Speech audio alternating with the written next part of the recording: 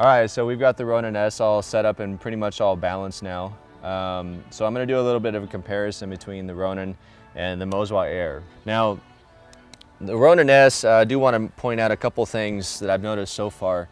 You notice this little wire that's hanging out on the side here. So you've got your little connectivity to the Ronin S. It's supposed to connect straight to the camera. And that's supposed to give you record function, as well as this follow focus function. However, DJI has set it up where these functions only work with a Panasonic GH5, which makes absolutely no sense because of all the other camera users from Canon and Sony. They didn't even provide a cable that would plug into a Canon. So they do have the cable that plugs into a micro USB, which is similar to the Sony, but it does not work. It doesn't provide any function. So the only thing that they did was they provided this little funky infrared cord, which you're supposed to wrap around and angle over towards the sensor and just kind of leave it hanging there, which looks really tacky and stupid to me. I really like DJI, especially with their drones and with the regular Ronin and Ronin M series, but I don't have a clue what they're thinking right now with this stuff. With the infrared, the start and stop function will work with the Sony, but this has to stay like right in front of the infrared signal. Otherwise, it will not work at all. And I know someone online had said, well, it's because of some Sony rights that DJI has to get and all this mumbo jumbo connectivity stuff. That makes no sense because this cord right here, this little controller, which is what I'll plug into the side of my Sonys, and it gives me full record. If I'm using a electronic zoom lens, it'll give me full focus or zooming control. And this little controller here is only $15 on Amazon. So if this company here can figure out how to connect to Sony and get full, complete operation, this multi-million-dollar company DJI should be able to do it with their Ronin, with their $700 Ronin. So I don't know exactly what they're planning on for the future. I know online they did say that they're going to provide more connectivity for other cameras later on. For right now though, it only supports the GH5. That being said, the gimbal itself, the handle, is much more comfortable than the crane. It's not as rounded, so it's this kind of elongated, kind of rectangle shape here. So it is comfortable to hold, but it is a lot heavier than the Moswa. But one thing I really do like though is the fact that this, the axis here does not block the screen like all the other gimbals out there, like the crane, the Moswa, a bunch of others. And so that is extremely helpful. I definitely got to give props to DJI for that. The functionality is pretty good. It's actually really good, I have to say. It's very responsive. It's got real nice smooth motion. The joystick is very easy to use as well. One thing I did not like was when I had first opened up, I was like, man, this is a gorgeous setup. I love the foam case. When I was first getting the balancing, I was like, man, this is so easy. You got these real nice little levers that just slide into place. Everything was beautiful until I started balancing this portion. So it normally takes me about a minute and a half to balance my Moswa if I'm switching lenses to something drastically different. It took me about 6 to 8 minutes to get this balanced. So because it's angled, you have to balance this a little bit differently than some of the others. So it did take quite a bit longer to get it balanced. And so just a warning out there, if you're switching cameras or lenses in between shoots, you might have to spend a bit of extra time trying to balance this axis here. Other than that, a lot of the other features are pretty cool. So you've got, whenever you kind of go up, it does your normal tilt like every other gimbal and the Ronins do. When you hold the trigger, it locks it into that position, so then you can kind of angle up and down and it keeps it steady. So you can get a nice little jib feature there, as well as when you go, even if you rotate it, it's still keeping it straight. So that's a nice little feature. As with many of the other gimbals, you've got to put it into a different mode in order to get that mode set up or lock it into that one angle there. So that is pretty cool with DJI how they did that. They decided to add this little trigger. and that just kind of locks it into place whenever you're using it. When you click it 3 times, it brings it back to your profile, so then you can kind of walk around, do your little selfies and all that if you've got enough strength to hold this thing for that long. And then double click basically repositions it to center mass. So it's definitely got some cool features. One thing I will point out too with the Mozwa comes with crossbars, which the Ronin does not, and no other gimbal does either.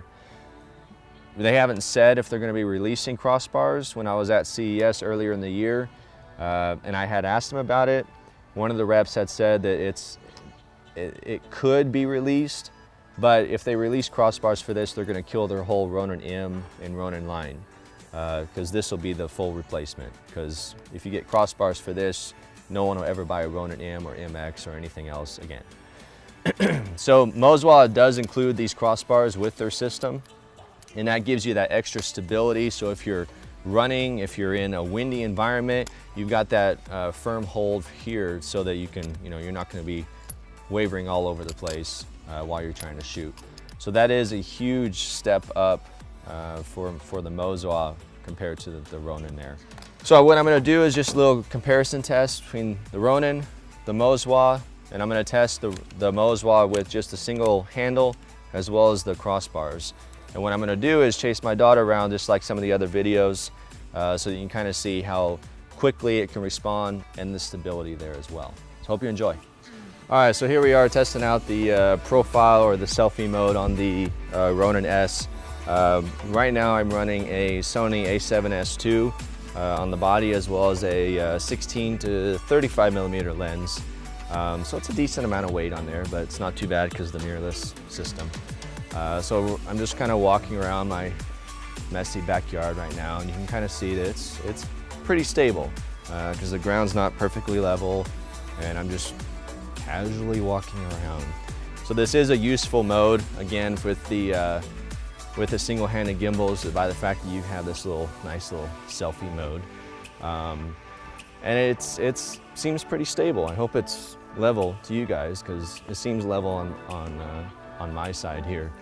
I'm just staring at the camera. So what we're gonna do real quick is do a little stability test, and we're gonna chase my daughter around so you can kind of see how everything works.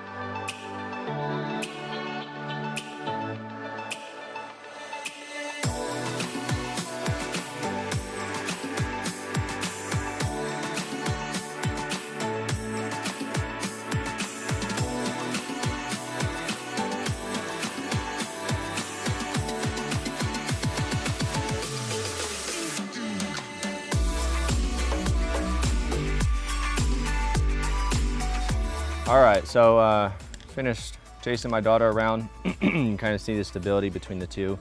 Sorry, I'm a little sweaty right now, but one thing I wanted to bring out about in comparison to the Ronin compared to a lot of the other gimbals is that with a lot of the gimbals, because of the design of them, with the position of the axis, you can get full 360-degree rotation.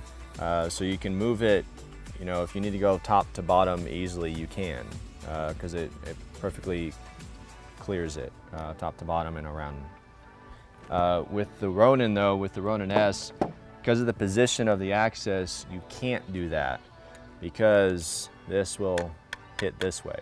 Now you can rotate a certain amount over here, but then it's going to hit this direction. So you are kind of limited going top to bottom if you need to, or even if you're here but you kind of angle it this way, and maybe you're going into a turn, you're chasing something, or filming sports or whatnot, and you go into a turn here, you're going to hit the lever.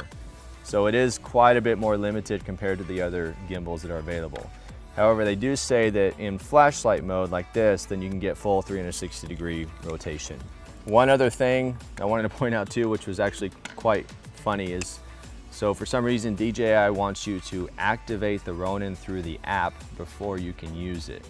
So you have to connect it, you have to charge the battery, get it all set up, get it balanced, turn it on, and you notice nothing will work until you install the app, log in to DJI, connect to the Ronin through your Bluetooth, then activate the unit, and then you have to turn it off and turn it back on, and then it'll work.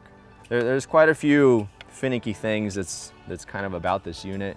It's not really doing anything for me that the Mozwa can't do, and to me the Mozwa is a lot more value for the money for what you're getting between the two units there.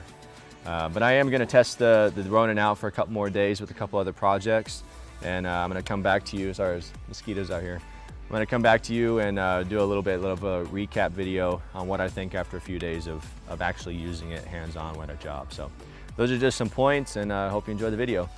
As well as one other thing that I noticed about the Ronin was the fact that in order to get it back in the foam carrying case, I had to completely reset the position of all the axis adjustments, which means when I pull it back out to use it, I'm going to have to completely balance the whole thing.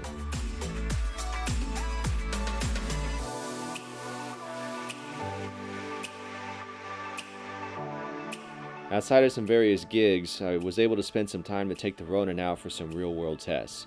I noticed it's fluid and has a very nice build, but that extra step and bounce you get from many gimbals because of the lack of the fourth axis is still there. With the Ronin S by itself, it weighs 4 pounds, and then adding the weight of the camera, it will definitely wear on you. The Ronin S only weighs a pound less than the Ronin M with crossbars. See, the Crane 2 weighs 2.76 pounds and the Mozwa Air weighs 2.4 pounds, so the Ronin S is quite a bit heavier.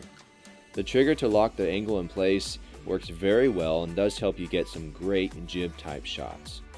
I do love the angled access so you have full view of the camera screen without having to use a monitor, and the handle is very comfortable to hold. As far as stability, usability, and functions, it really is about the same as many of the other gimbal setups, but it feels more durable. And hopefully DJI will add compatibility for the controls for Sony and Canon cameras soon, so you can use the follow focus and record functions without the use of that ridiculous infrared cable. So what do you think? Is the Ronin S for you?